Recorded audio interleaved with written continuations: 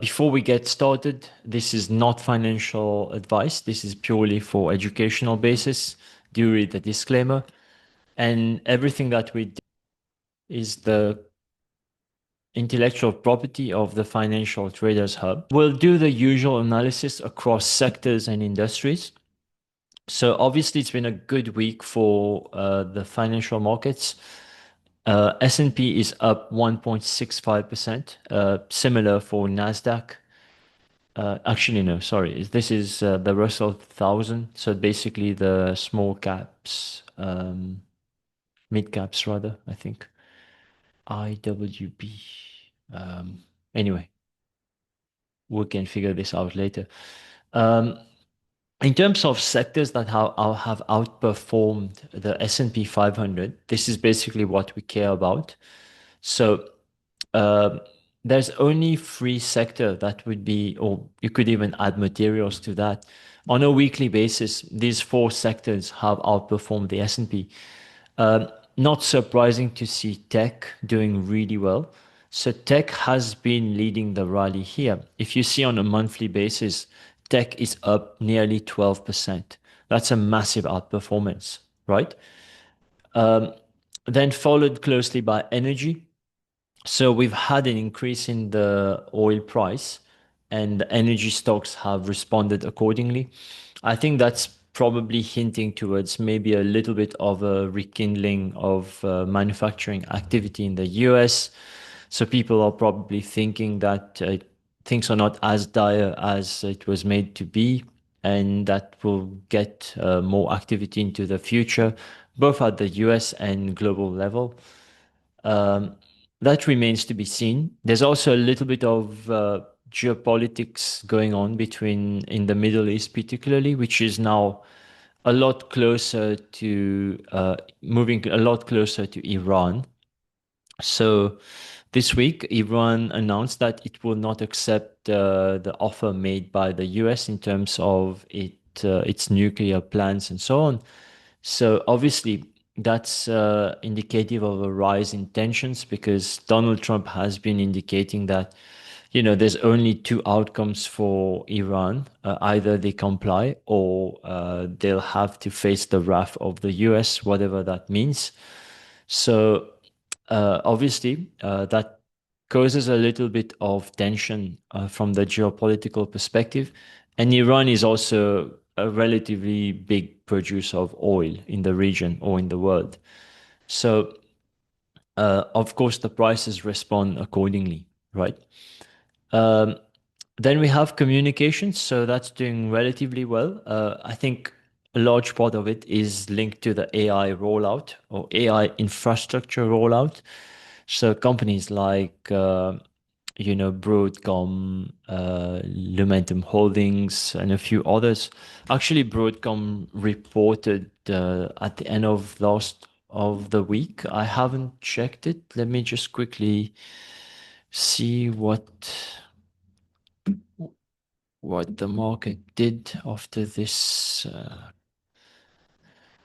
Okay, so looks like good earnings. I think this is something we have to actually not a good earnings. I forgot about this. This is like down 5% of the earnings. So we probably need to go through this earnings and understand what's going on within the space because they participate a lot in this whole AI infrastructure rollout. Similar to Lumentum Holdings, they also have a segment with telcos and then a lot to do with data centers.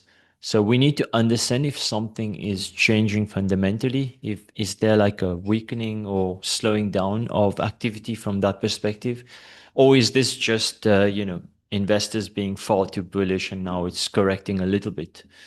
So I think that's something we need to discuss in the Discord server. Just like casting a quick look for like half an hour would give us a lot of clues here.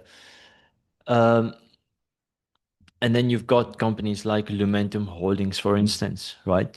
So it's not necessarily like the most bullish at the moment, although it's making new highs. So you can see like for the last few days, it's been struggling. Hans and myself were looking at a company called Astera Lab. So similar, I mean, it's not like Lumentum Holdings, but it's involved in the whole AI infrastructure rollout. You can read about it. This one has a little bit more of a weaker price action than Lumentum Holdings. The reason Lumentum Holdings is also doing really well, can anyone tell me? Anyone who's been following the story?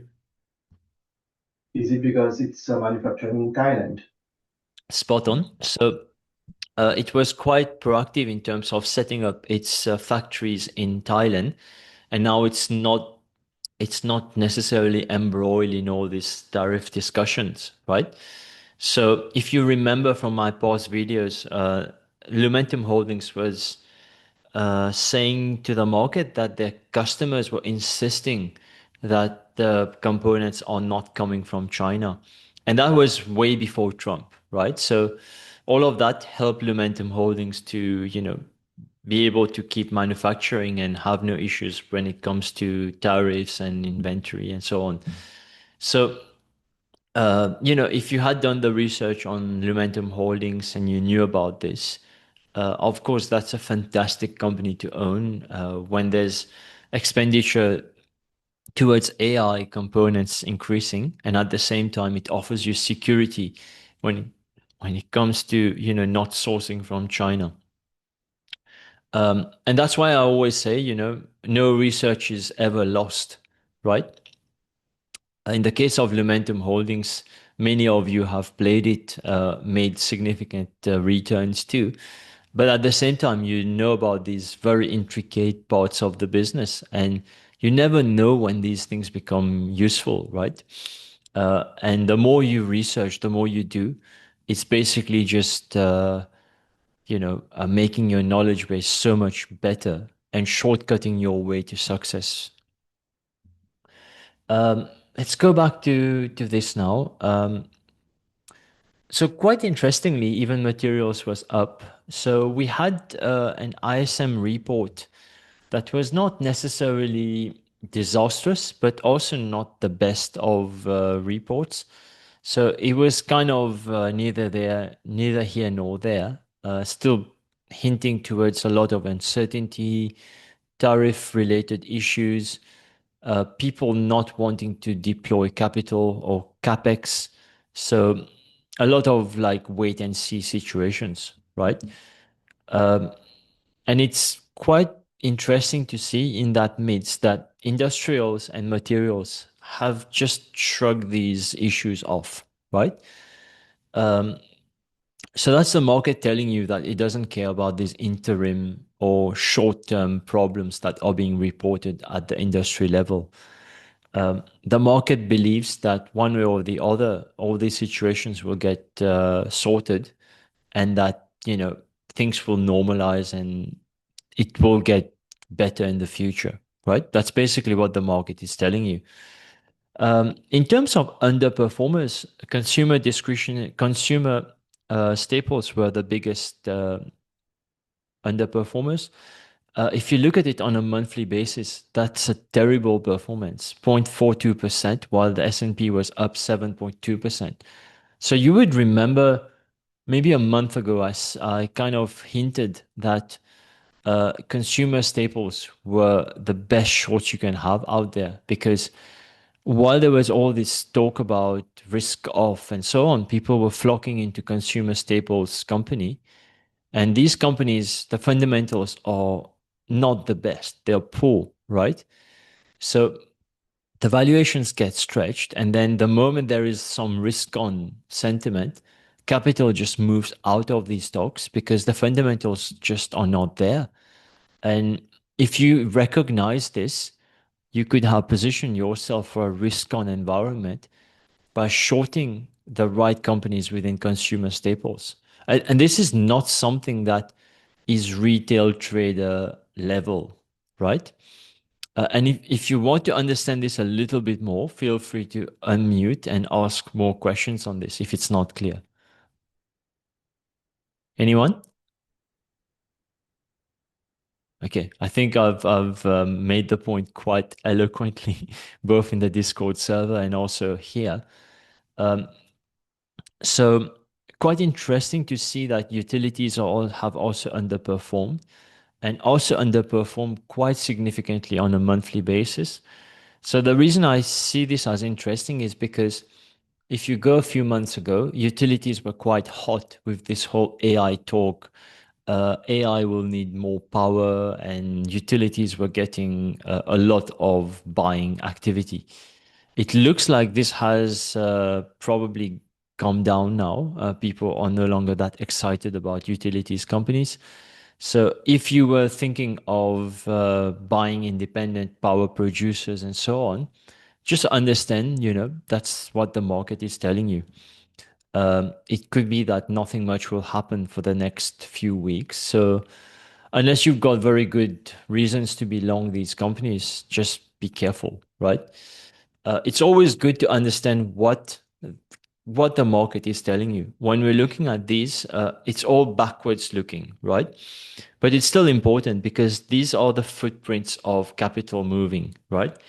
This is literally like you going to the forest or to the jungle and then seeing the tracks of leopards, elephants, right?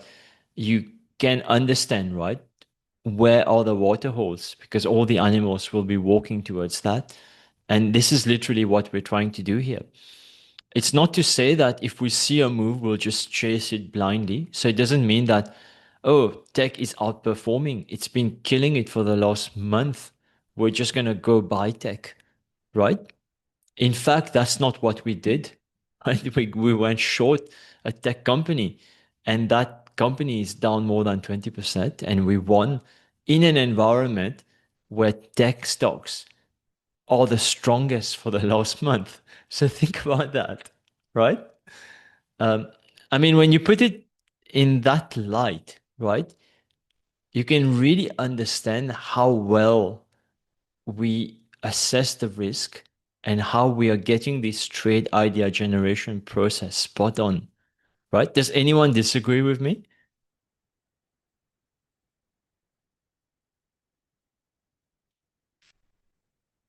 Let me know what you think about that statement, right? So tech as a whole is up 3.23% on the week. We went short a tech company and it's down 20%. What does that tell you? Anyone?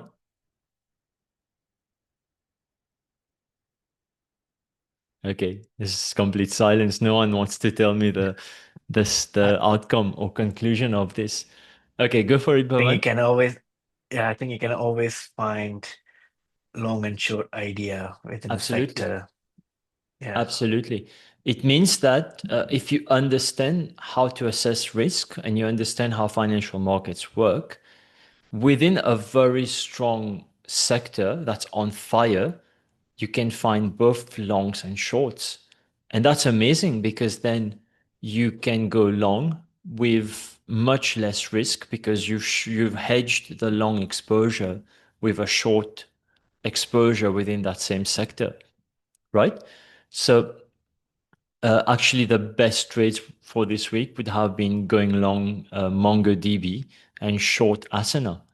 MongoDB is like up 20% after earnings. Asana is down 20%, both of them tech companies, right? So think about it, having this pair trade in your portfolio, and then the market actually, you know, creates this dispersion between the two, right? You're up like 40% on a relative basis uh, in a matter of couple of days. That's like the best trades to have there, right? But obviously, in hindsight, it's much easier to do. But we still got Asana, right? Um, I think a lot of what we also try to do, because it's in real time, right? It doesn't require a lot of convincing, right? I don't have to tell you that, we really know how to do trade idea generation. You see it in live. you see what's the basis of the trade itself, how we come up to it, how a normal human being like myself and yourselves are able to come up with these ideas, put them in their portfolios, and then win, right, in real time. So, you know, that's the beauty of it because the belief system instantly changes, right? You become a lot hungrier because now you want to go out and look for these types of trades. You know it's possible. And that's to a large part of, that's to a large part the reason why we do this in real time, because otherwise it has no credibility, right? So if just looking at this performance, right, sector wise, can you tell me whether this was like a risk on or risk off moment for the market in the last week?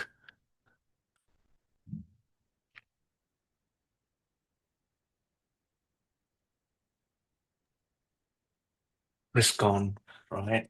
For sure. Yeah, I mean, it It's wasn't a like key. the most risk on, right? But you can see certain elements of risk on behavior, right? Like tech going up. I mean, consumer discretionary is down, but it's still up 7.4% on the month, right?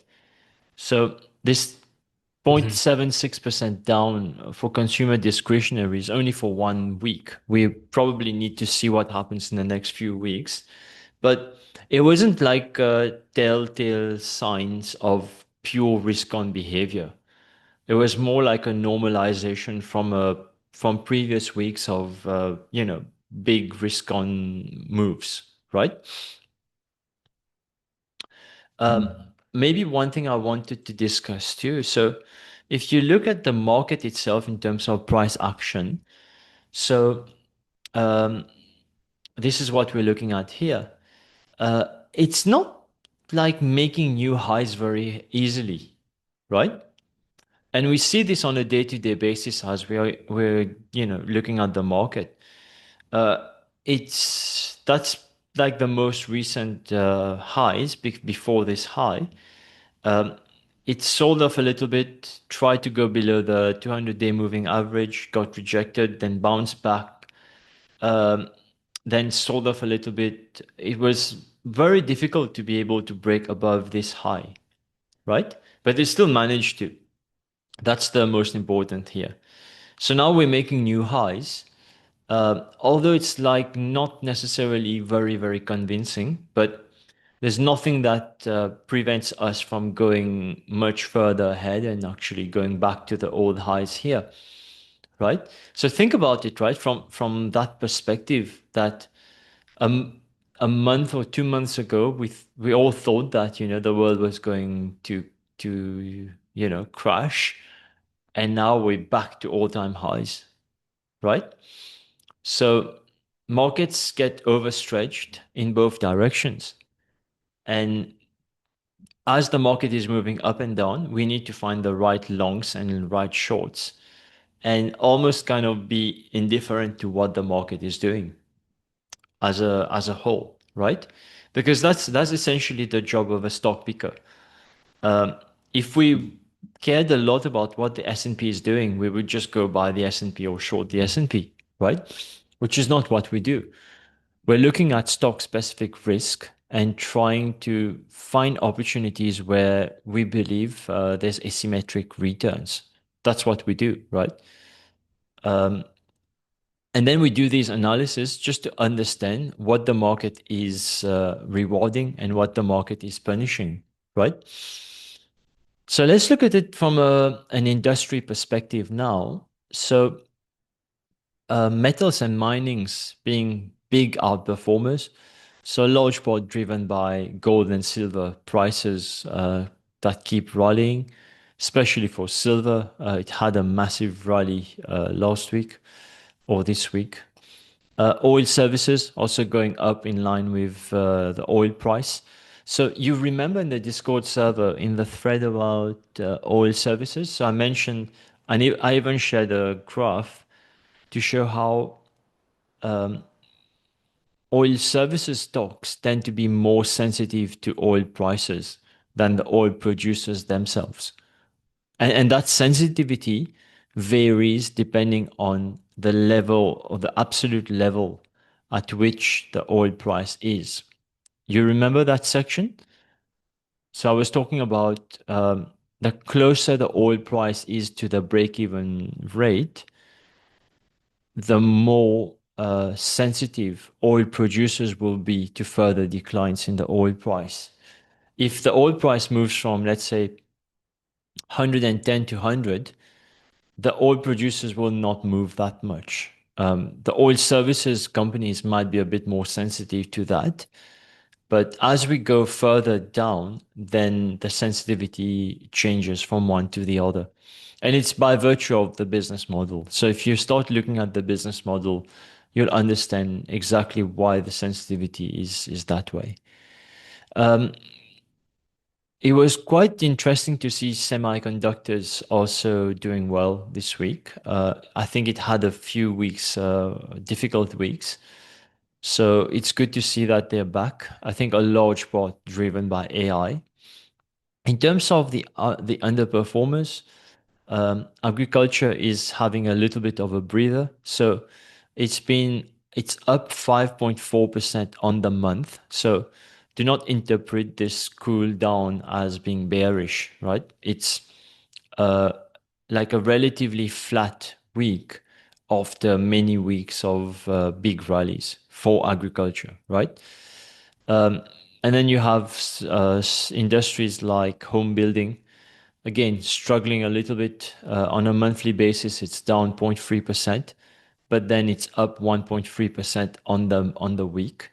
So does that mean that we should go long home builders? Probably not. I think the fundamentals are still very bearish for these companies, especially with the steel tariffs now implemented.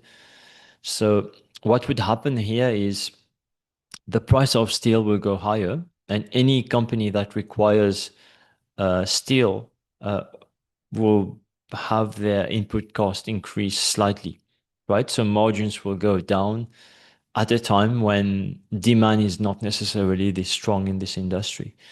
So we started looking at the construction in the construction sector in the Discord server. I think this will become a bit more interesting as we go along. Um, what's the difference between construction sector and home builders? So construction sector is a little bit more encompassing. We're talking infrastructure products like road building, bridge building, um, commercial real estate, all of these things that are not necessarily linked to, home building per se, right? Um, so we have to think about this sector and see whether, this could slow down much more. And if that happens, who would be the victims there, right? So we'll discuss this a lot more in the Discord server. I don't want to share much more on this on a free video. I think that's understandable. Um, I think another thing of noteworthy would be software. So as we've seen, tech has been performing really well, and software has also been doing relatively well this week. So software is up 8% on the month and up 2.2% on the week. So still very strong. Um, I think a lot of people are also kind of positioning for the Fed to cut. Um, I think the market thinks that the Fed will cut sometime in October. Um, I don't think they will cut anytime soon. Before that, I think it's a little bit difficult to see the Fed cut, especially as the jobs data is relatively strong, right? So um, even for us, right, we have to start thinking about what would happen on the macro front. Because if the Fed cuts prematurely, I don't think the market is positioned for that. And it's going to cause a big rally in many of these long duration assets.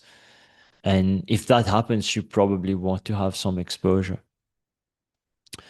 Um, Something I'm also watching is the airlines sector or the airlines industry. Go for it, Amin.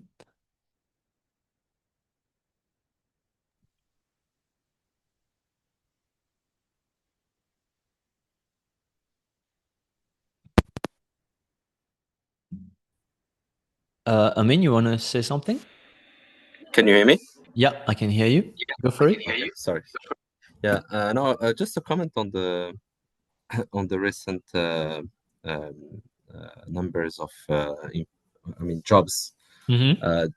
The numbers were good, but if you look at the reports in more details, Mm-hmm. there were two revisions from the past months, right? So Yeah. they revised the numbers Yeah. downwards, Absolutely. and plus, I think there was also some numbers on the salaries increases. So Mm-hmm. salaries were going also up, which is kind of a difficult equation, right? Yeah. You have basically salaries going up, so you can fear some inflation there, but on the Mm-hmm. same time, you have jobs going down. So Yeah. it's quite a difficult situation to read. Yeah, it is. I mean, this thing of uh past months being revised downwards, it's not new, right? We've seen this I think from February or March, we've seen this happen every now and then, right? So the headline number is released at what we would say a healthy level, and then next month it's revised by quite a lot, right? And that trend is not stopping. It keeps happening, and this in itself is a bit of a warning because I think I mentioned on one of the calls before that when there are big shifts happening, right? The volatility in a lot of these economic reports also increase. So on a monthly basis, when they are doing these surveys or reports, they they are not able to capture the data as accurately as they would if the situation is not in flux, right?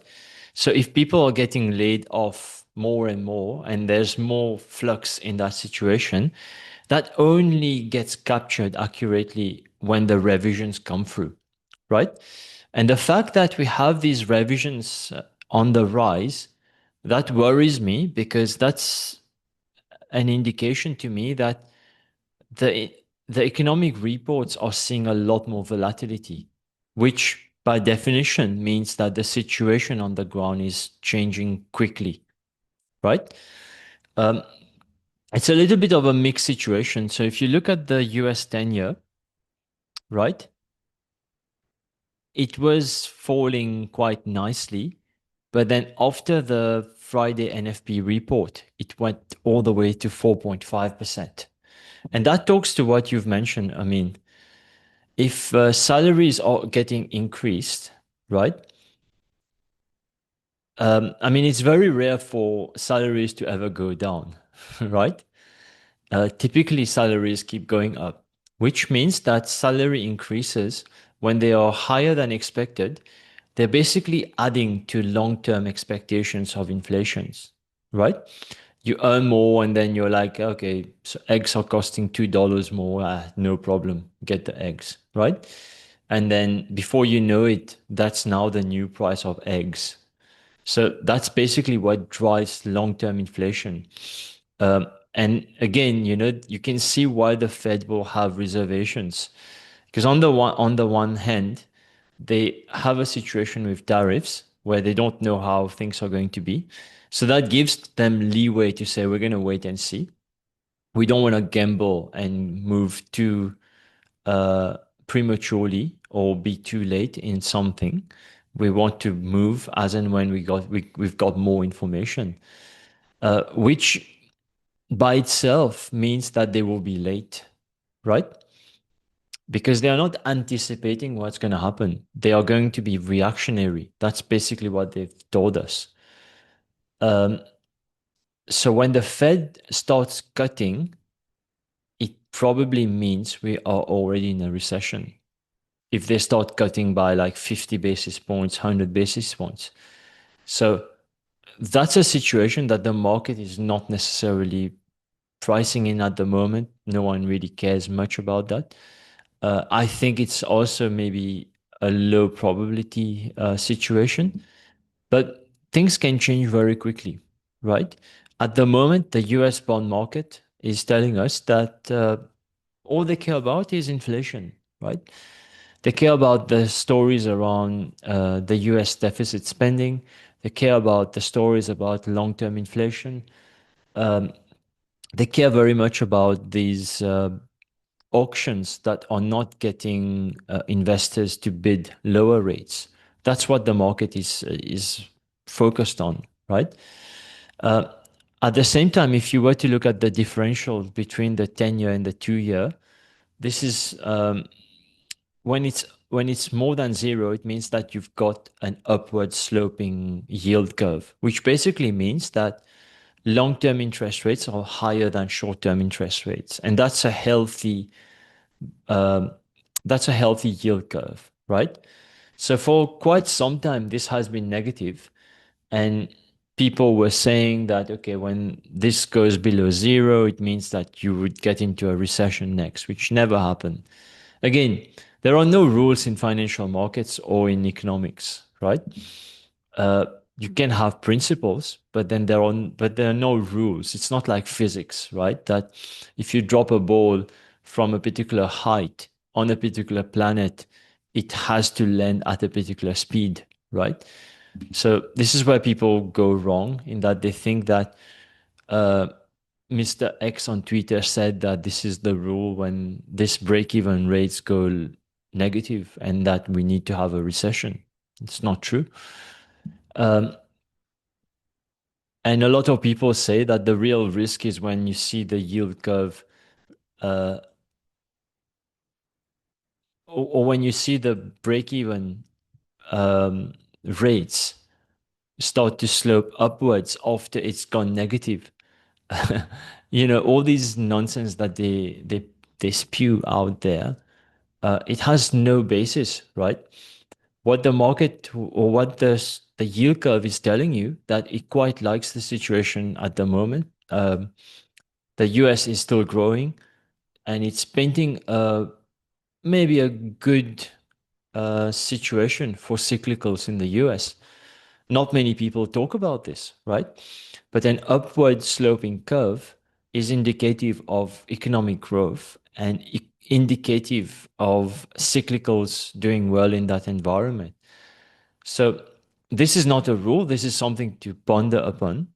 Um, is the bond market wrong, or is it likely that cyclicals are going to outperform over the next few months? Uh, or is what we're seeing just a result of inflation and all the tariff discussion, which means that when one or two of them get resolved, then the whole picture can flip, right? So these are the things you have to keep in mind. Never just say things in absolute terms and say, okay, this is the rule, I apply it, this has to be the outcome. It's not physics, right? Just be very careful with that way of thinking, because it's been perpetuated a lot, amongst retail traders on Twitter. You've got all these gurus, right? They come on Twitter and they pretend like they know what they're talking about. But then a lot of what they talk about doesn't happen. So do they really know what they're talking about? Probably not, right? Um, yeah, so another thing I wanted to discuss was solar. So the industry has been doing really well, up 14.6% on a monthly basis, up 3.8% on a weekly basis. And that's despite all the noise around the new budget not being friendly towards renewable energy. So just to put it into perspective, there were a lot of incentives that were given to people who would be installing solar uh, panels at their homes or even on a commercial basis. And when you take these incentives out, right, typically that would reduce demand for these products. But clearly, this is not happening in the stock. So we have to figure out what's going on. Is it a situation where this outperformance is driven by short covering? In which case, is this a situation where we should probably be shorting the rallies? Or is there something else going on in the industry that we're not aware of? right? Um, I think I discussed. Okay. Anyway, it's not something I wanted to discuss in the public domain, but this is a company I've been looking at for quite some time. It's called Scholes Technologies Group. Market cap less than $1 billion. I started looking at it probably from $4.3 roughly. So it had a good run. And then when the incentives were cut, you can see, right, it fell a lot, right?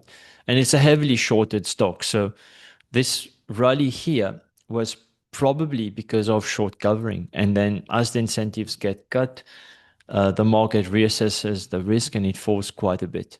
And now it's consolidating and moving consistently above this 200-day moving average. So this is not a situation that I'm looking at a chart and basically looking at technical analysis and saying, hey, look, I want to be long this company. If you look into the company and understand what they do, I think there is a little bit of a bull case for them. These guys have increasing backlogs, so their pipelines are full. And that's great because it gives us visibility onto the future revenue. And we can have an understanding of what the cash flows would be out there, what earnings would be like, and whether buying this at like $5.16 offers us any opportunity to sell it later for like $8, $10, right? So this is basically what we do as traders, right? We're looking at the situation and asking ourselves, is the market giving us like an entry price where, if this goes from $5 to $8, I think there's money to be made, right? Even if you play it via options. Or you could even say, okay, this is a long-term hold for me. Then you take maybe 6 month time horizon. You probably aim to sell it at $8, $10 or something like this. But at the end of the day, this is how we look at financial markets. This is how we look at stocks. And we never look at something from a technical perspective and then, paint a story for why we want to go long or short the company. We always start with the fundamentals. And if you were to look into the investor relations, there's a lot of information on this company. What does it do? What is the business like? Everything that you need to know as an investor. So the reason it's not performing, you know, the reason you don't hear a lot about it is because it's below 1 billion market cap. So there's not a lot of analyst coverage. There's not a lot of retail traders that talk about it. But as this, I think I was discussing BlackBerry, right, Hans? Uh, so when these companies, um, when they go from, let's say, below 1 billion market cap to 1 billion market cap, 2 billion market caps, the trading volumes improve. So there are more people who are getting involved in the stock. And by virtue of that, the liquidity profile of the company or of the stock is improving. So when that happens, then these stocks become eligible for more funds to get involved. And that creates like a self-reinforcing circle or cycle for the stock, whereby its liquidity profile keeps improving and more funds can start buying into it. And eventually, that's how you get price discovery for these companies. However, this is central to the fundamentals playing out, right? So if the fundamentals are there for the stock to trade at $8, $10, $12, $15, $20, it's going to happen, you know? But the fundamentals have to justify that first, and then the funds money will come through, improve the liquidity profile, take this company much higher. Okay? Of course, it's also a company that gets impacted by this whole removal of incentives around around renewable energy. So you have to assess it from that perspective too. Is that helpful? Just give me a bit of a feedback. Or am I saying things that you already know? I think it's very helpful. Mm. Okay. And you can also not trade it, right? You can also just watch it for the next 6 months, year, whatever, and then figure out when is the right time for you to get involved, if anything, right?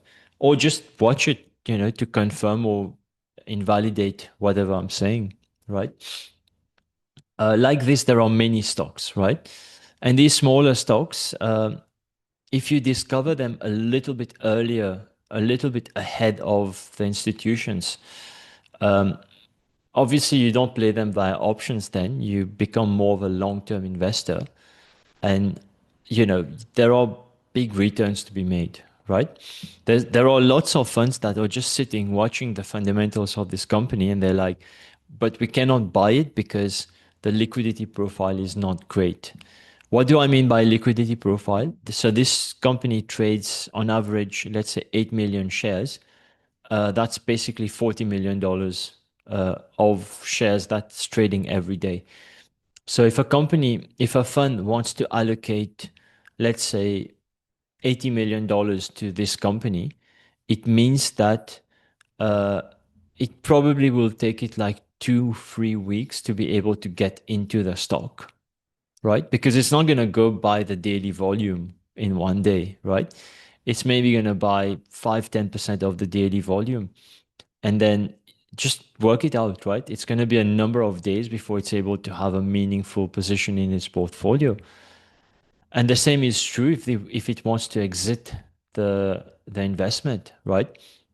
It's going to take it like 4 weeks, 5 weeks to be able to exit the investment. And they want to be able to get in and out without impacting the share price. So they will not get in at this point because the liquidity profile does not permit them to do that. A lot of funds might have investment mandates that say you cannot buy anything below, let's say, $2 billion. So they know this is a good company. They keep watching it until it gets above $2 billion, reassess the fundamentals and see whether, there is a pathway for this to go to 4, 5, 6, 7, $10 billion, and then they start buying. So as the liquidity profile of the company improves, and it's all underpinned by the fundamentals of the company also improving, then there is this virtuous this virtuous cycle that happens, whereby there's a lot better price discovery that happens in the stock. This is a topic that's not necessarily trading related. It's more of a long-term investor discussion. But anyway, I think you should also be aware of it as you're playing in financial markets. Right? Any questions on this before I move on?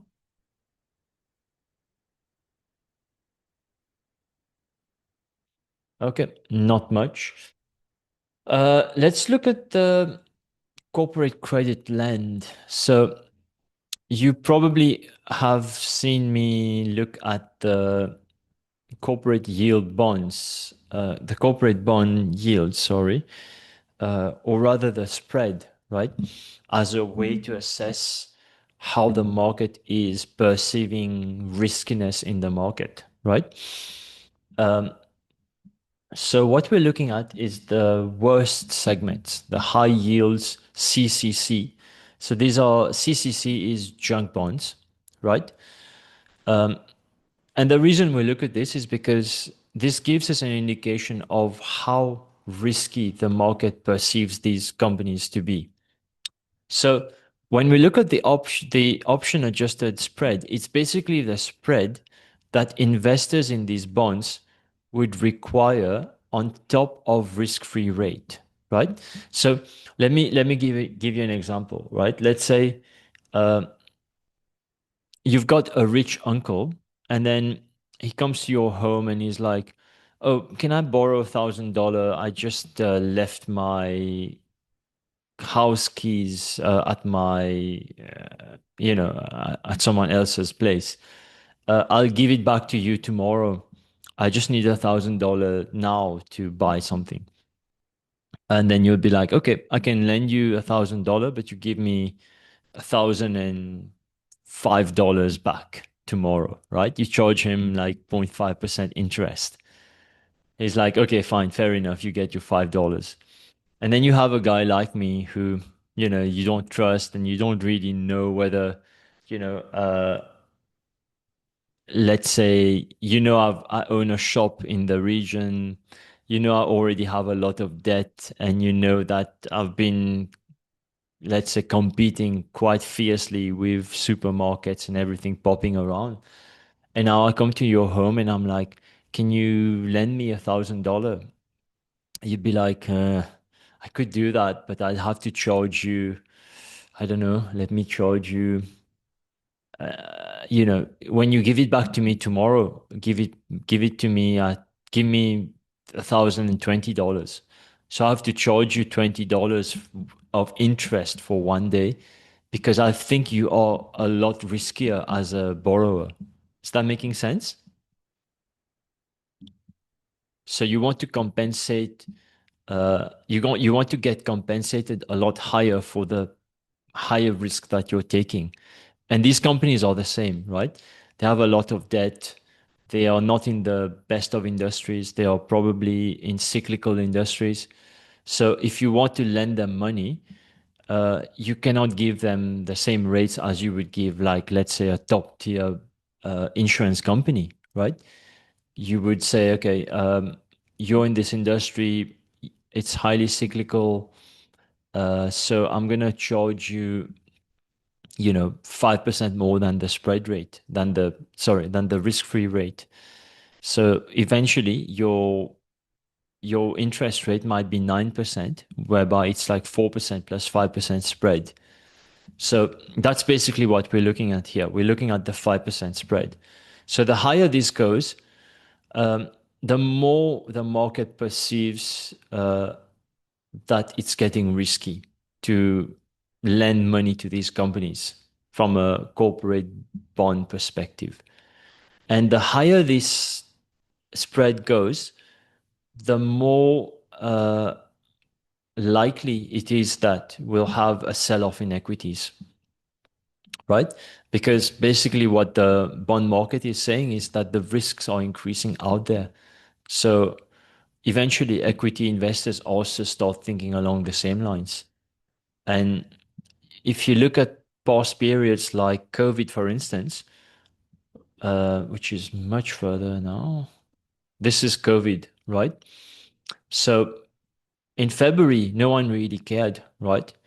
But then in March, as we see a lot more of what's happening in China, moving to Italy, Europe, and so on, people dying, and the virus being a lot more dangerous than initially thought, dangerous and contagious, right? People realize that the government is probably going to implement some form of lockdown, right? And that's not going to be great for a lot of businesses, which means that they will have to shut their doors and they will not have revenue for many months. So these spreads immediately go up, right? Who buys the CCC? It's institutional investors. Like you could have insurance companies, you could have pension funds, you could even have companies, right? That like it could even be like CarMax wanting to invest. They're willing to go this low. Yeah, they will. The search for yield makes people do crazy things sometimes. Junk bonds do not necessarily mean they are like terrible companies. Because remember, you're also getting compensated a lot more for the risk, right? So they are terrible when they go bust. But if they don't go bust, they're actually very good investments on a risk adjusted basis. Does that make sense, Amin? So this is what we need to think about. So if we go in a recession, of course, a lot of these will be bankrupt. Then it's a terrible idea to have bought the corporate bonds of these companies. But if there's no recession and we keep going on, imagine you're earning 8, 9, 10% for, not necessarily as much risk, right? You're getting 10% every year, and then maybe even the spread goes lower as the economy is recovering. So you make 10% on the as an income or as interest payments, but then as you sell the bonds, maybe you bought it at 80 and you're able to sell it at 100, so you make 20% uh, from that perspective as well. Because especially if you buy like these CCC junk bonds make a lot of sense to buy when there's distress. So what happens is you get to buy a bond that should be trading at 100, you get to buy it at 80, 60, 70 or whatever, right? And while you're waiting for the 70 to go back up to 80, 90, 100, you're getting paid 10% every year, right? So think about it. If you bought corporate bonds somewhere around here, you'd be very happy because you're getting equity type equity type returns on a fixed income instrument, right? So this is why it makes sense for a lot of these institutional investors. But of course, you need to understand how to assess these risks. And the reasons why you don't see retail investors playing a lot in these spaces is because they don't know how to assess these risks, right? A lot of these bonds are also, they are not like standardized instruments. So the lenders have the ability to add extra conditions, covenants, and be very specific, tailor-made deals for specific companies with specific risks, right? It's not like buying an equity where we just go on a screen, we click on it, right? So the originator of these bonds are able to put in extra conditions when they are making out these loans. That's on the primary market, and then they trade on the secondary market, which looks very similar to how you buy equity or shares, right? We can always discuss this in a lot more details at a later stage, but the essence of what I'm trying to discuss here is we look at this as a way to understand how the market is thinking about risk. When we had the sell-off going into April, I think if you were to watch the videos, we probably started getting a little bit concerned about the rise here. I'll make it a bit bigger. So somewhere around February, Bhavan, you can correct me if I'm getting this wrong, but somewhere around, I think mid-February or end of February, we started getting a little bit anxious about this spread rising, right? And we basically just said we need to start keeping an eye on this on a day-to-day basis because at that point in time it was probably amongst like the around the lowest spread level that we had for years, right? And if this kept rising and went higher, it essentially meant that the equity markets could sell off quite a lot, right? Bhavan, you remember this discussion? Yeah, I remember this. So I don't I think particularly recall the timeline. I think it was just before I went on holidays, right? So it was maybe end of February, mid of March, something like that. Maybe somewhere here. And yeah, we I started think that saying, makes sense. yeah, It's just about to spike at that yeah, time. yeah. And then we started saying, look, something is happening, right? We just need to pay attention because if this rises further, we'll have a big sell-off. And typically, if you plot this versus the VIX, you'll see they correlate very well, right? So if anyone's wondering how we were able to call, the big sell-off in March and April, actually it was basically just in March. This was one of the main factors, right? Alongside some other things that we were looking at too. But think about it. If you're able to call these big moves, while the market is sleeping, you know, you can make a fantastic amount of money, right?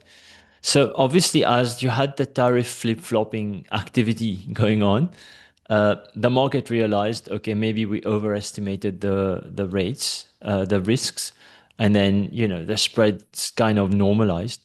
It's not gone back down because, of course, there's a lot of uncertainty in the economy and also in terms of how these trade deals would eventually end. And that's basically what the market is mapping out here, right? Uh, I would say keep looking at this because this will give us a very good indication of whether the market thinks what's happening in the economy is benign or not. Clearly, the market doesn't necessarily think everything is fine, right? But it also is not like we're very, very worried about what's going on. If you look at the VIX, I think it's around 16 or 17, right? Yeah, so close to 8, close to 17. If you look at the VIX, the equity markets are like, we don't give a shit about anything, right? Everything's fine. It's a bull market out there. Just keep buying stocks, right? But we care about these. We care about these moves because when they move a little bit higher, then everyone gets stressed, as they should, right? And then as the VIX rises above 2025, all the fund managers start panicking and they start deleveraging. That's what causes the sell-off, right? I hope this is obvious by now. Probably not probably not the way you were looking at markets before, but this is how we need to be very, very focused, very objective in terms of how we look at what the market is saying, how the market is set up, and then overlay our own view on a particular situation to work out whether there's an opportunity or not. Let's finish off with a bit of a factor analysis.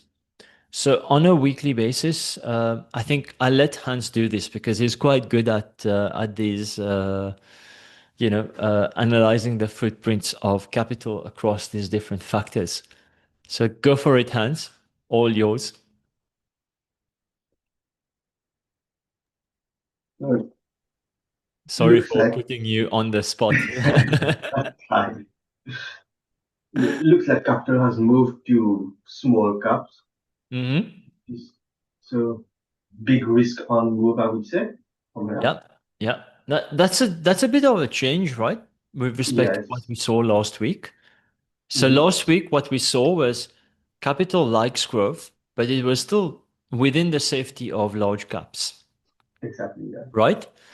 Now what we're saying is capital is kind of venturing a little bit out, right? We still like growth. Who doesn't like growth, right? And now they're like, okay, if we cannot get good deals within the large cap growth segment, why don't we go into mid cap and small cap? That's basically what's happening here. Yeah. So obviously it's just 1 week, right? We don't want to read too much into that, but keep that in mind. That's the perspective in terms of how we look at everything going forward, right? If you see big moves during the week in one segment or the other, you need to be able to connect it with whatever we've discussed here, right? Um, I'll let you go on with this, Hans, because I'm sure you've got more to say about these other moves. Yeah, it's quite surprising to see like a large cap value being like an underperformer for Buckley. Yeah. Like it looks like capital doesn't really care about safety anymore. Mm-hmm. Just geared up. And So, so just on that, Hans, the market does not like value.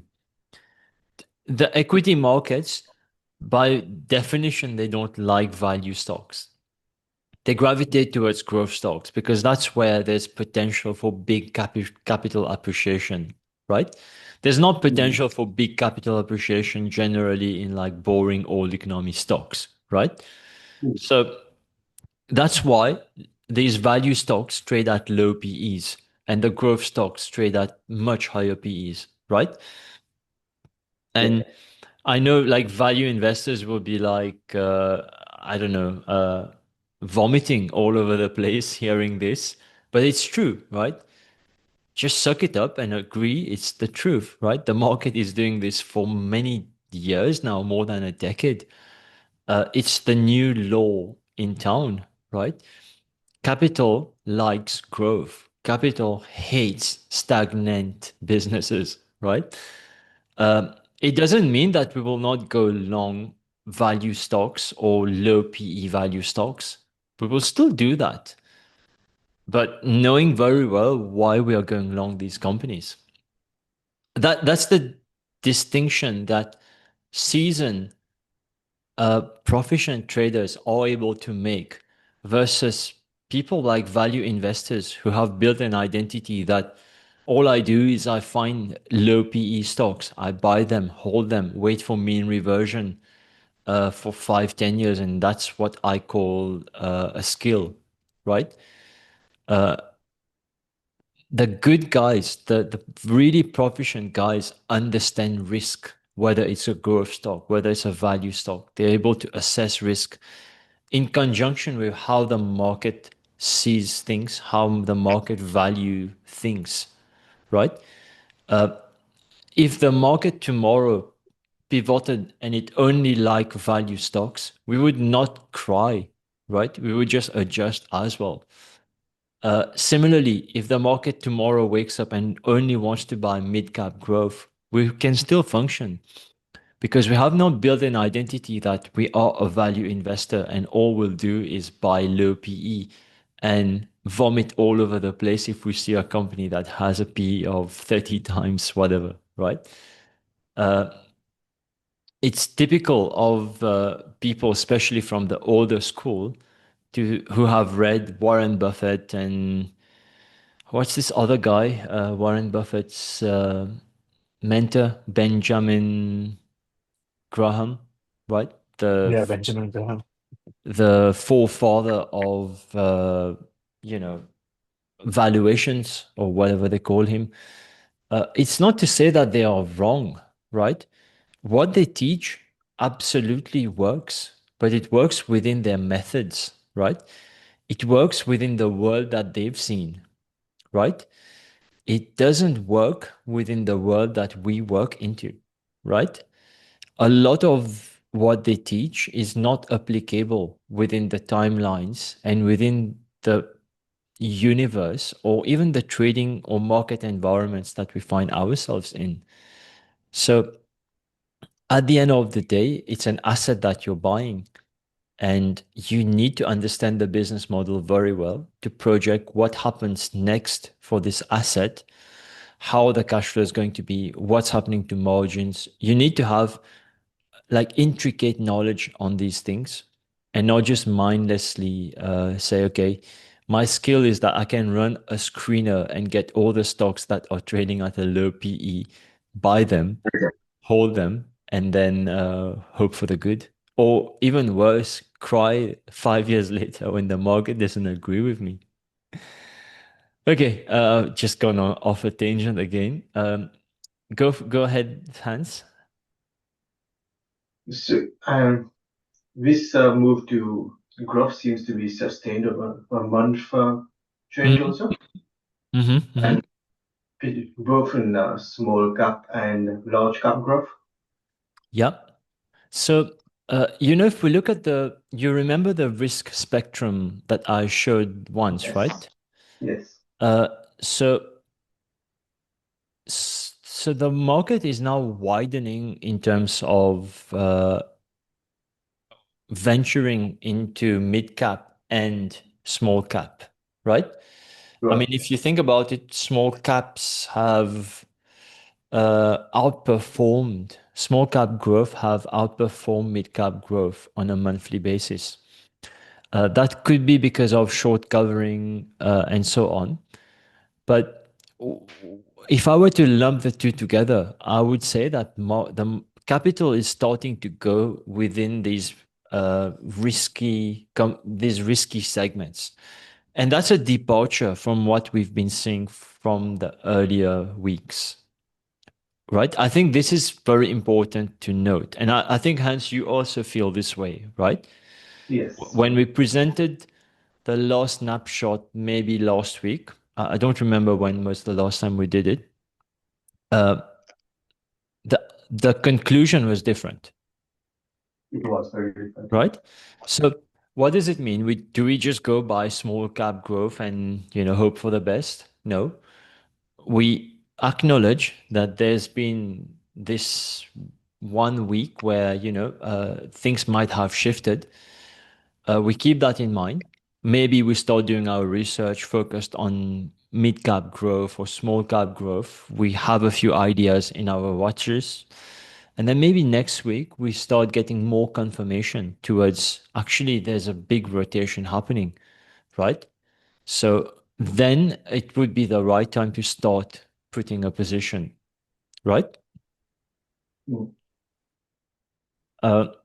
You could also be a bit of a contrarian here and say, I think the market is overly bullish, right?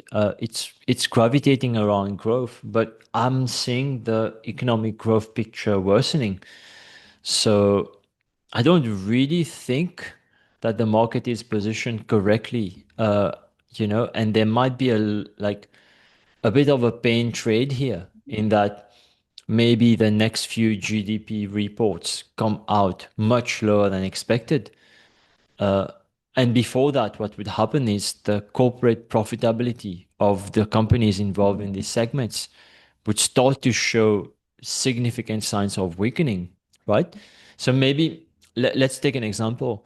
We're looking at the leading indicators in housing. We're seeing significant slowdown. There are a few companies within the growth segment, maybe mid-cap growth segment, that's exposed to housing, maybe not home builders, but exposed to housing, where they require new houses to be built and so on. And the stocks are doing really well because from a factor perspective, people are buying mid-cap growth, right? And the money is getting allocated to that stock too. But then we are doing our research and we're like, the industry is slowing down. The company also is experiencing slowdown. It's reporting in a month's time, and I think it would have even more difficulty this quarter. So there is a bit of gap between expectations and reality, right? And then that would be your opportunity to find a short within this segment. So you always look at these footprints, but then sometimes you're also skeptical, right? Sometimes you're also anticipating what could happen over the next few months based on your own view of the economy. And again, this is what makes it not so easy, right? Because you're reading all of these things, company reports, earnings, in leading indicators, LMI report, whatever. It's becoming part of you. You're forming a fundamental view at a high level, industry level, company level. Then you look at these capital moves and sometimes you understand why it's happening. Sometimes you feel like, okay, this makes no sense. It's not aligning with what you're seeing, a few levels below. And that's basically where you can challenge or expect that there might be capital rotation at a later stage when there's a little bit more information about, maybe a macro situation. I'll give you an example, right? Uh, what is the kryptonite of these high PE growth stocks? Inflation, right? Because if inflation stays high, interest rates stay high, right? What's the kryptonite of high PE growth? Probably GDP contracting, because there are not many industries that can still get like sizable growth in a GDP contracting environment, right? So if you see the growth segment doing really well for the last 3 months, it doesn't mean in the fourth month it will do really well too, right? You might be seeing something significant that comes out in the next 2 months. It could be in terms of a stagflationary environment, which is high inflation plus uh, contracting GDP, or reduced GDP growth, and the market is not necessarily factoring this risk. But when the reports come out and it's becoming more front and center, and people have to accept that we are in a stagflationary environment, then capital will rotate, right? But you would have foreseen this much ahead of time, and you would have put a trade in that would be contrarian in terms of what we're seeing and analyzing at the moment. Is that making sense?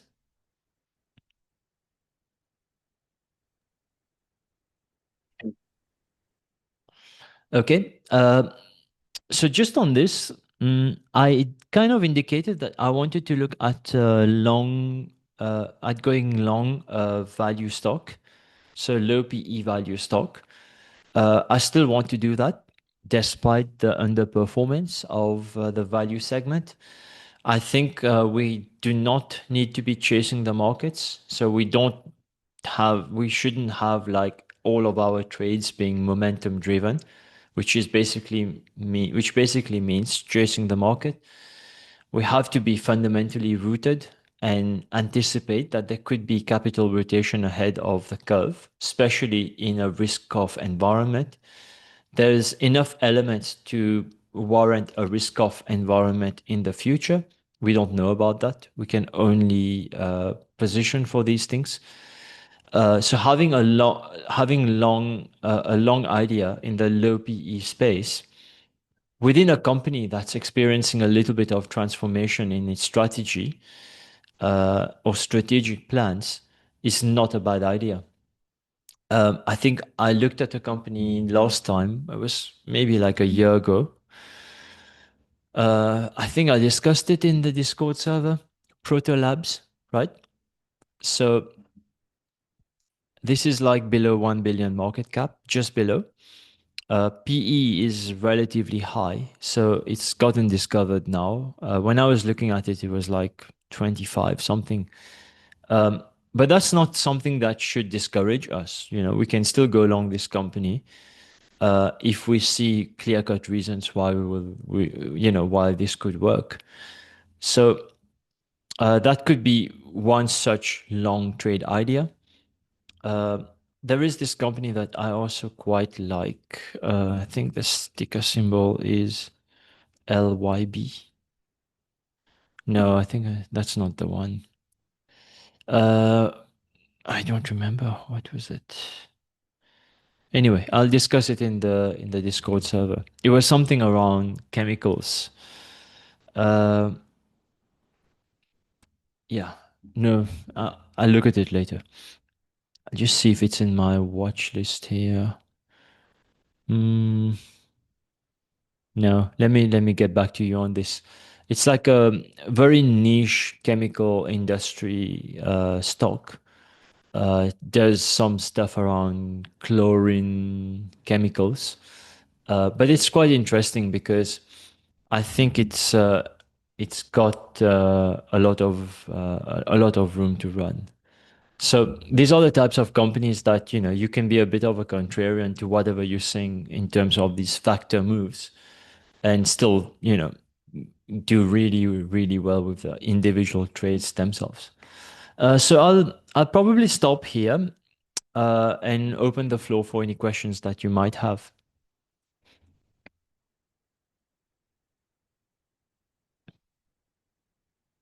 Was this helpful?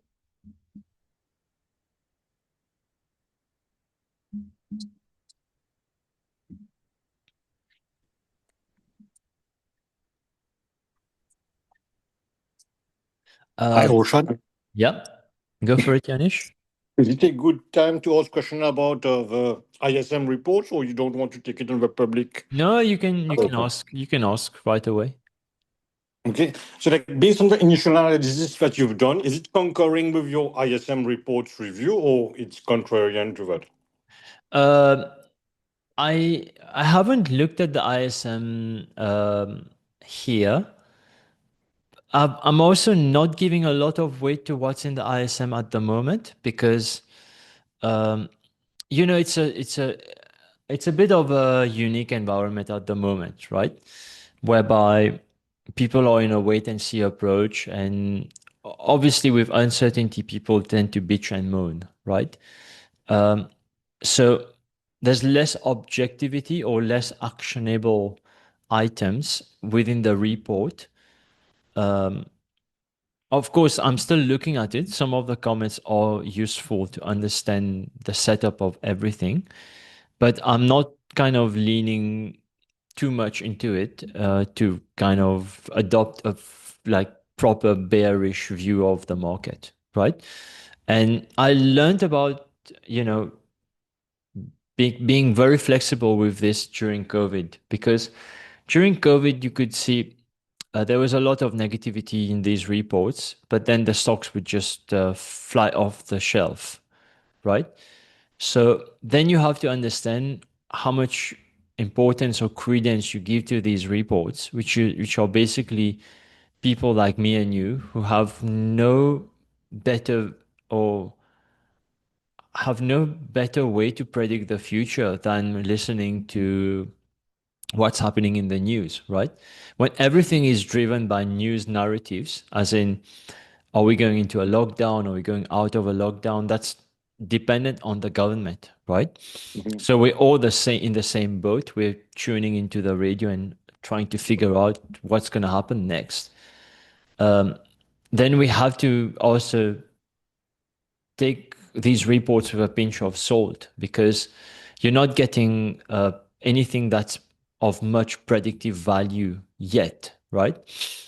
When things normalize a little bit and it's more down to the economic cycle, to actually what's happening within industries, then you start giving more credence to whatever people are saying, because people are no longer like emotional about a lot of these factors.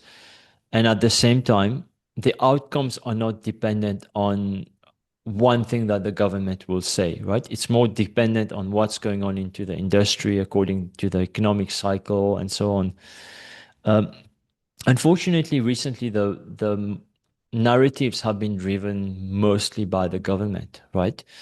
Uh, Over the years, the level of propaganda across the world has just gone crazy. To the extent that in the US, like I think many news media outlets would pride themselves as being very well-oiled propaganda machines, either for or against the government. The lady that comes, relative, like I think almost every day there's like a Q&A session with that lady, right? Biden had his own, lady who would do that. Trump has his own. It's basically just like circus.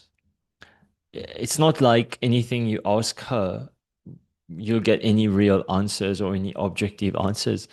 She's basically there to just praise Trump and his administration.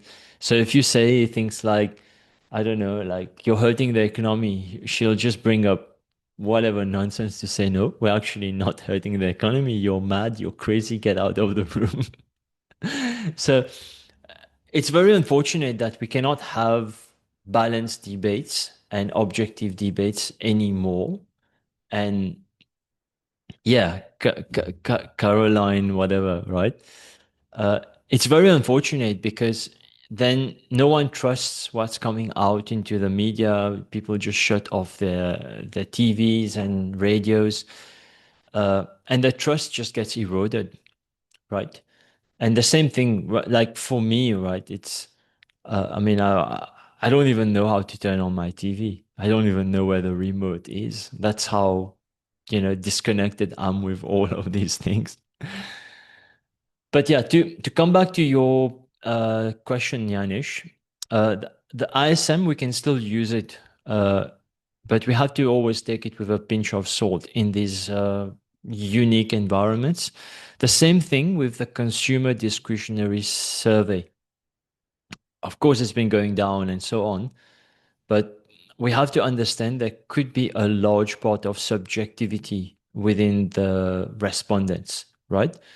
Because what we see in the surveys, it's like consumers bitching and moaning. And then what we see in the company reports, it's like these same consumers bitching and moaning, unleashing or venting their frustration in the stores by swiping their credit cards, right? So it's like they tell you one thing on the survey and then they get so frustrated that they just go buy something in the store. And what I'm trying to say is they do indicate that they uh, feel precarious from a financial standpoint, but then they still keep spending, right? They still keep buying a new car. They still buy whatever nonsense. So at the end of the day, you only care about corporate profitability, right? If they are spending in anger or frustration or whatever, the earnings of the company is going up. That's all that matters, right? Um, and typically, when capital markets would react would be when there are big shifts, right? The levels themselves don't matter. The rate of change, let's say consumer sentiment was going up and then 1 month it just goes down significantly. That's when the capital markets will pay a lot of attention. And then if it goes down the next month, they're not going to care much because they expect it to stay along those lines. And then as it starts coming up, that's when the capital markets will pay attention again and your consumer discretionary stocks will start flying off the shelf.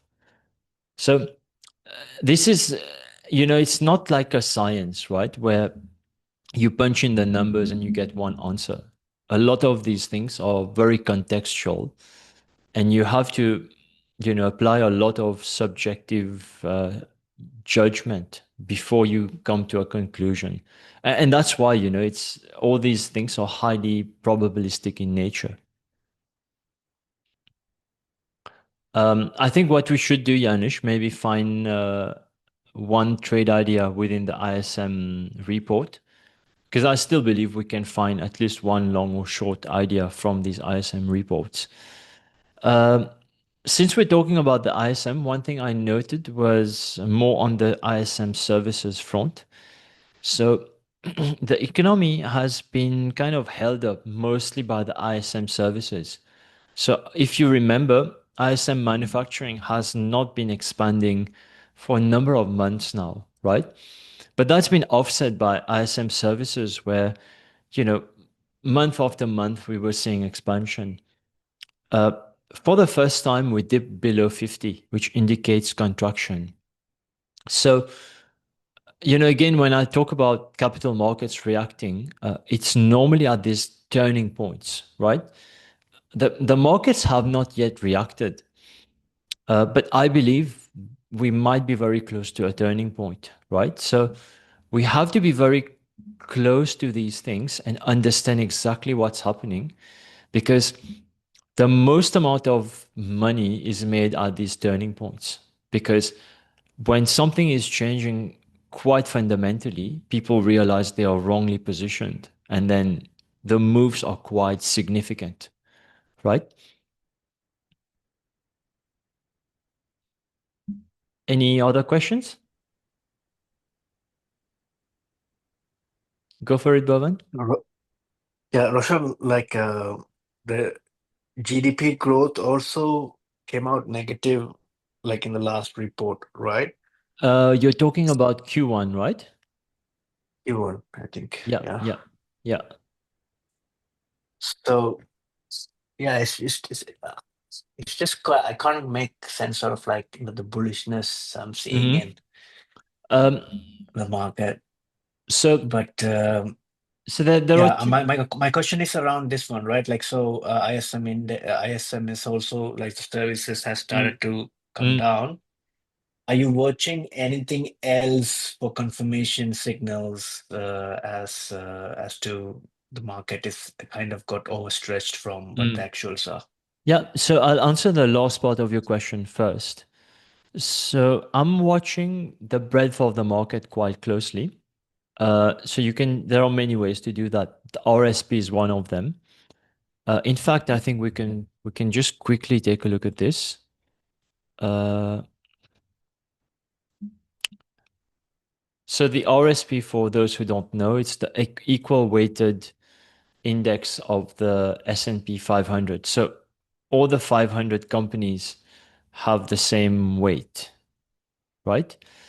And it differs from the S&P from the S&P 500 in that it gives us a very good indication of whether the bottom, let's say, five out of the 500, you probably have 7 to 10 stocks, like the Magnificent Seven and so on, that have a bigger influence on the S&P 500 than the remainder 490 stocks or whatever, right?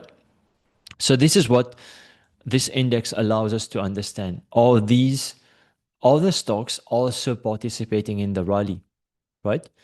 If you know how to read these charts, right? This is basically the market talking to you, right? Telling you exactly what's going on. You just need to know how to read them. So when we had the rally, uh, every company, right, irrespective of size, participated, right? Because there was like a rush of capital. There is FOMO, right? Fear of missing out. And then there's liquidity all over the place. So everyone wants to go back to being long and the shorts are getting squeezed, right? So every company rallies. And now, I mean, if you look at this and then if I put the S&P 500, is there a difference? So this is making a higher high, right? This is a high, and then this is the next high. Agreed? Yes. But if I look at the RSP, are we making a higher high? Not yet, right? So the Yeah. market is still being driven by the Magnificent Seven, right? This is the Magnificent Seven. Okay. And this line over here, right? Just to be clear and transparent, this was drawn around this time, right? It wasn't drawn to imply that this might have peaked or there's a resistance level or whatever, right? So when the market was here, somewhere here, that's when I drew this line, and it just got like you just had like a longer line, right? But if you look at this, right, is the Magnificent Seven making a higher high? No, right? It's struggling to make that higher high, right? So what could happen next? Do we see a reversal in the Magnificent Seven? We've seen that in Tesla already. Yeah? Do we see a little bit of profit taking in the likes of Amazon, which is consumer discretionary a little bit? Uh, you know, maybe Facebook, although Facebook is doing really well. Could Yeah. we see a little bit of profit taking in Nvidia, right? We could, right? I mean, look at Nvidia. Earnings were somewhere here. It managed to pop a little bit. Then the market quickly took profits, tried to make a new high.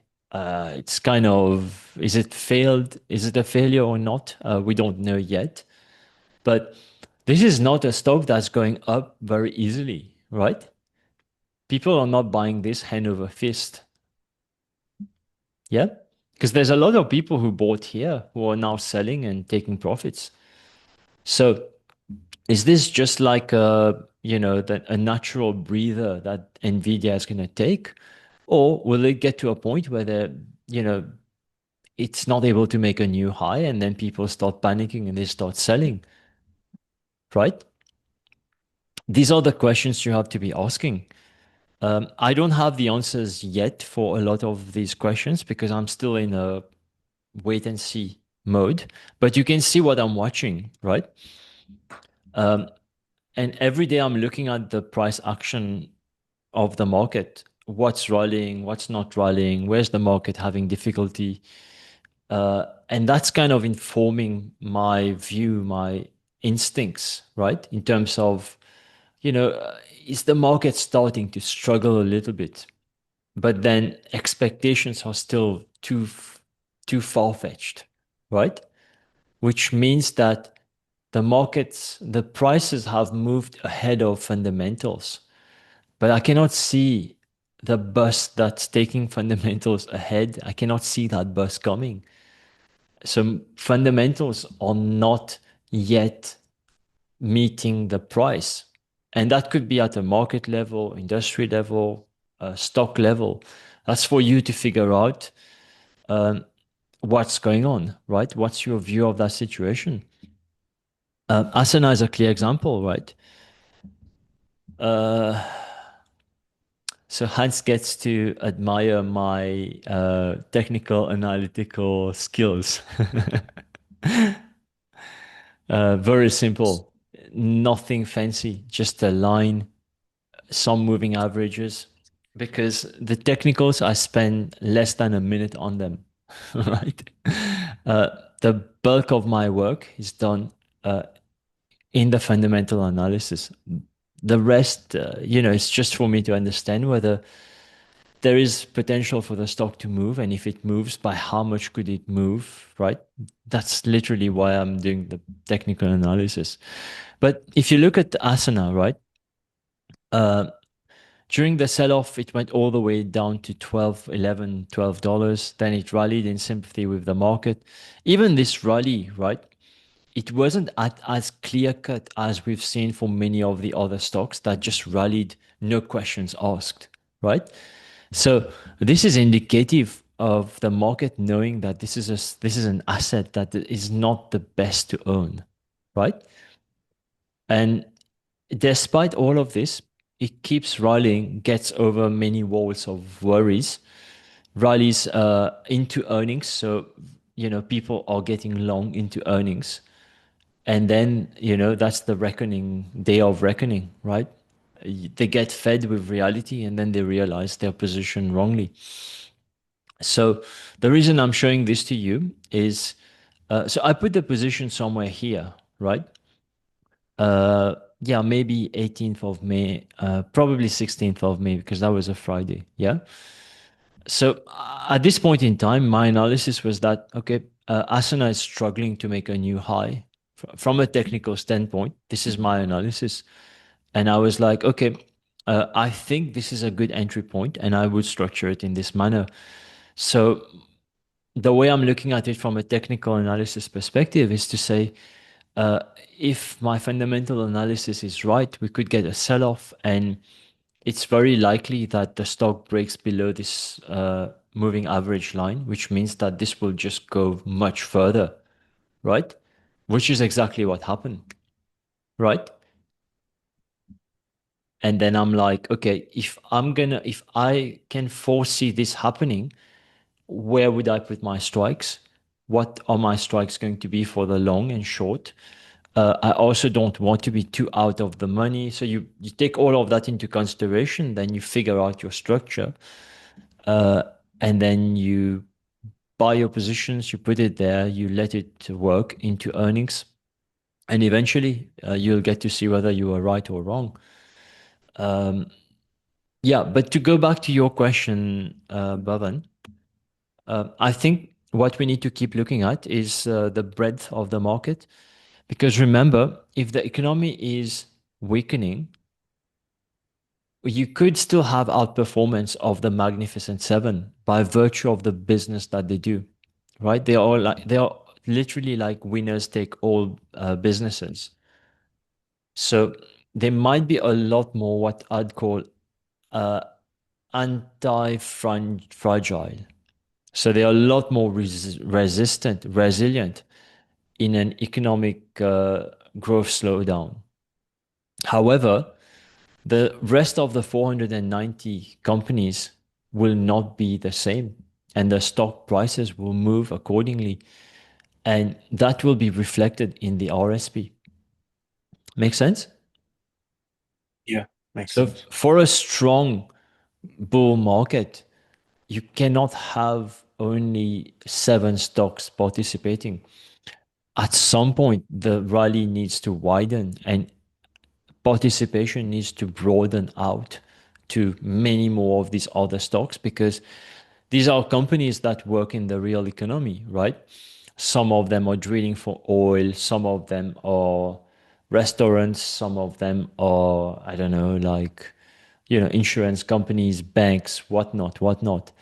And these companies are exposed to the economic cycle. So if GDP is rising, they also tend to do better, and you'll see that in the share price. But for them to struggle to make a new high yet, that's where we need to be a little bit cautious.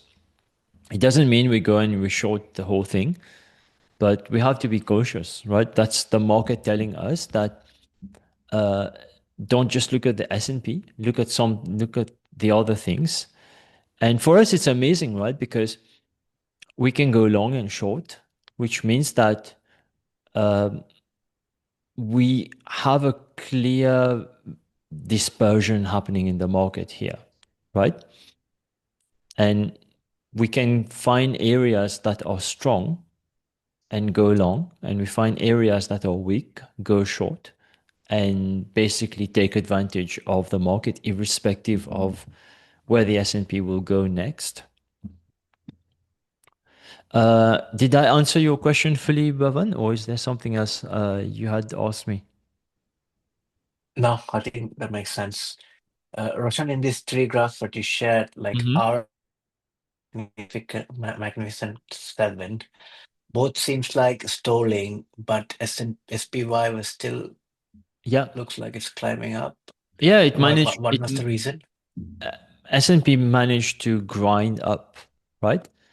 Yeah, so it's because the that Magnificent Seven. yeah.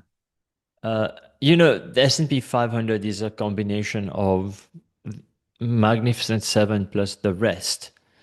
So yes, this is basically the outcome of all of these stocks weighted according to how S&P 500 weighs them, right? When you work when you work it out, this is the result that you get, right? It's made a new high, but it's not been an easy way to get there, right?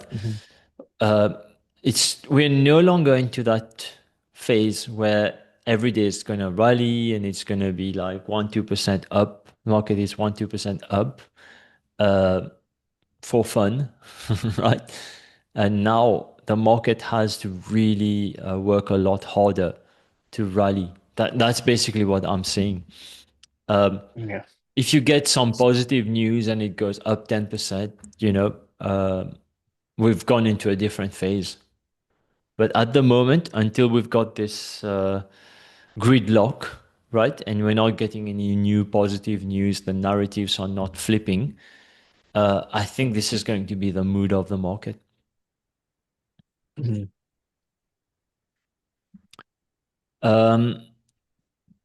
Yeah, I mean, these are the things I tend to watch.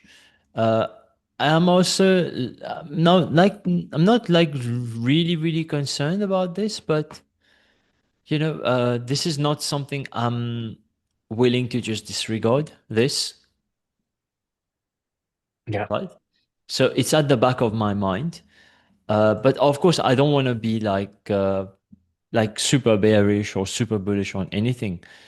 I'm at a point where I'm like, okay, I do acknowledge all these things I'm saying, including the ISM reports, the negative reports around consumer spending, sentiment, and all. But then I also have to respect that the market is just climbing over the wall of worries, right?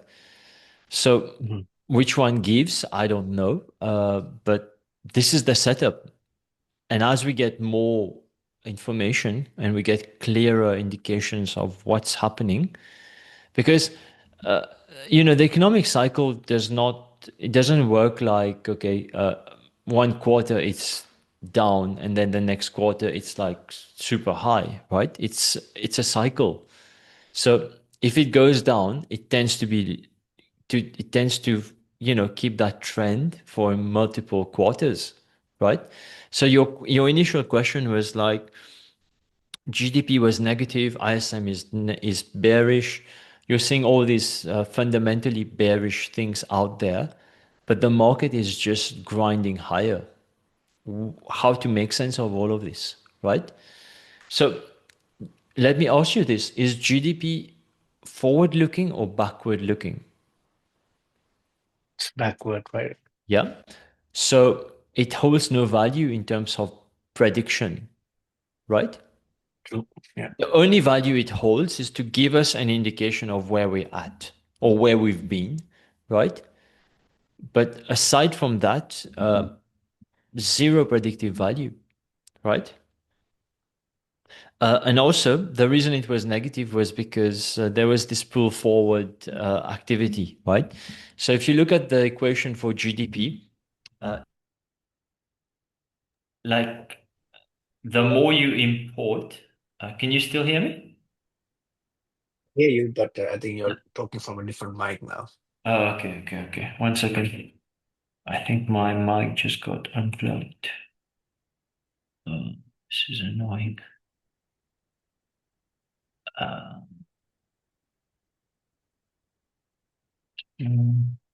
yeah, just give me 1 second.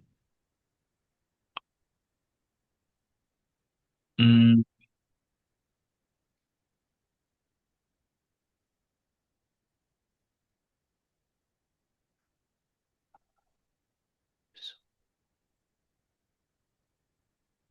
But I could still hear you though.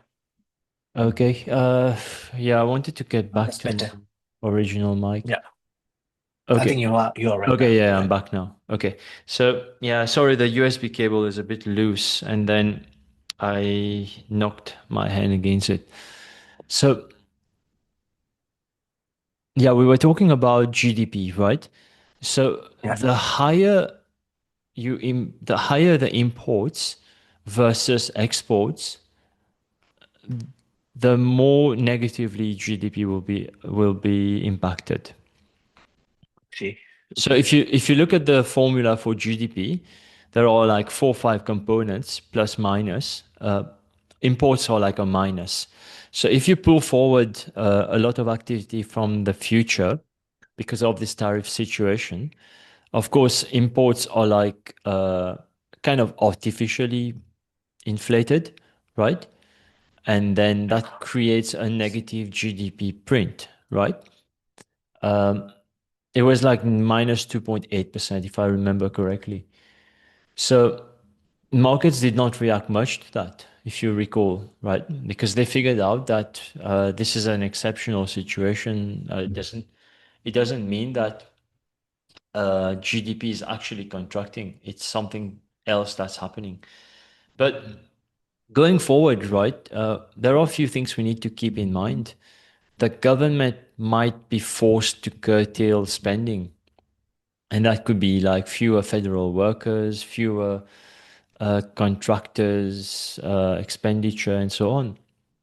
And that would reduce the amount of, let's call it, stimulus that the government was creating in the economy, right? So a large part of the deficit spending eventually finds its way in stocks because the government is spending money it doesn't have uh, with, like, let's say, contractors that are building roads and hotels, whatnot, right? So eventually that shows up as corporate profitability. And that happened to a large extent in the Biden era, where the the slowdown in the economy was a lot of times masked by increased deficit spending. So I think you should always look at leading indicators, which in this case would tend to be ISM, but even that is now not that credible. So that's not great because it doesn't leave you with a lot to forecast the future.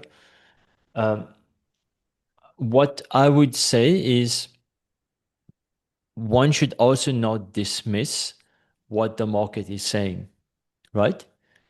Because Yeah. if you don't look at the market as it having climbed over the wall of worries, despite all of these negative news,